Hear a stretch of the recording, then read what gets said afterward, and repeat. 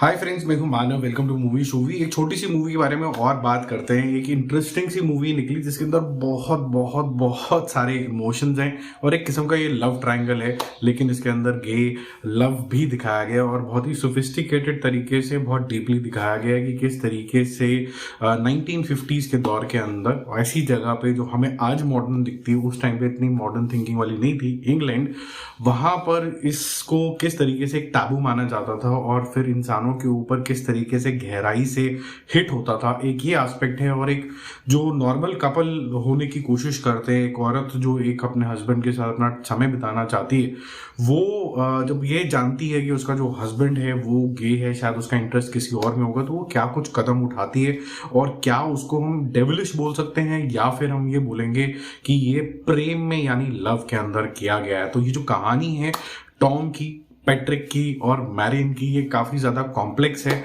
इसको आप बिल्कुल ओपन नजरिए से देखो। और जैसे मैंने आपको ओपनिंग के अंदर ये डिस्क्रिप्शन थोड़ा सा दिया है, अगर आपका इस तरीके की मूवी के अंदर, इस तरीके के कैरेक्टर्स के अंदर और इंसान का इंसान से प्यार के लिए अगर आपका रुझान है कि कोई भी एक्शन रिएक्शन क्यों होता है, तब आप देखें। अगर आपको ऐसा लगता है कि being gay is still a taboo, तो आप इसको स्किप भी कर सकते हैं।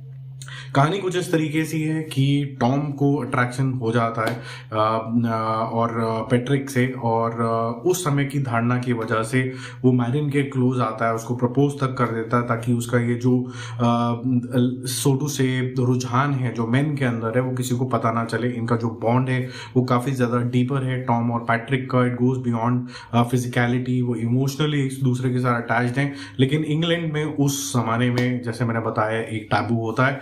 अब मैरियन को भी टॉम से बहुत ज्यादा प्यार है और उनकी शादी तक कर दी जाती है ताकि ये जो राज है वो राज ही रहे।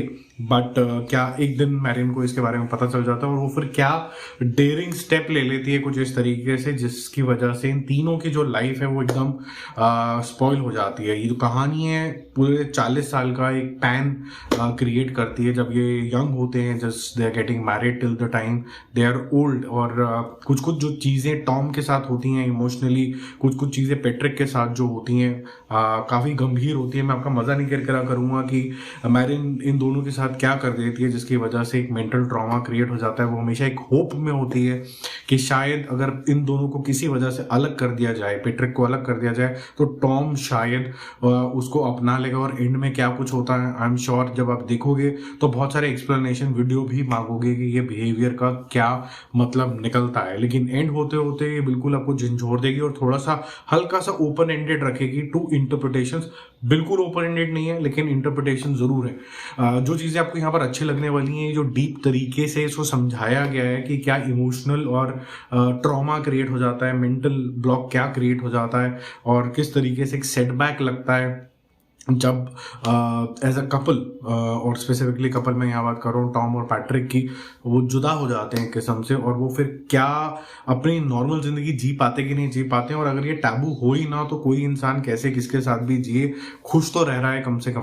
तो वो काफी अच्छा है। 1950s का जो समय बांधा गया है और जो पीरियड दिखाया गया है, गाड़ियां हैं, घर हैं, furniture for example is beautiful, और वुड का इस्तेमाल जिस तरीके से किया गया है बहुत अच्छा है। म्यूजिक भी बहुत रोमांटिक टाइप सा है, कुछ कुछ सीन्स आपको दिल दहला देंगे, और जो कुछ भी सीन कोजी वाले भी हैं वो आपको बिल्कुल भी ऐसे नहीं लगेंगे कि ये खराब सीन है। ये आपको ऐसा लगेगा कि दो इंसान है, दे आर इन लव।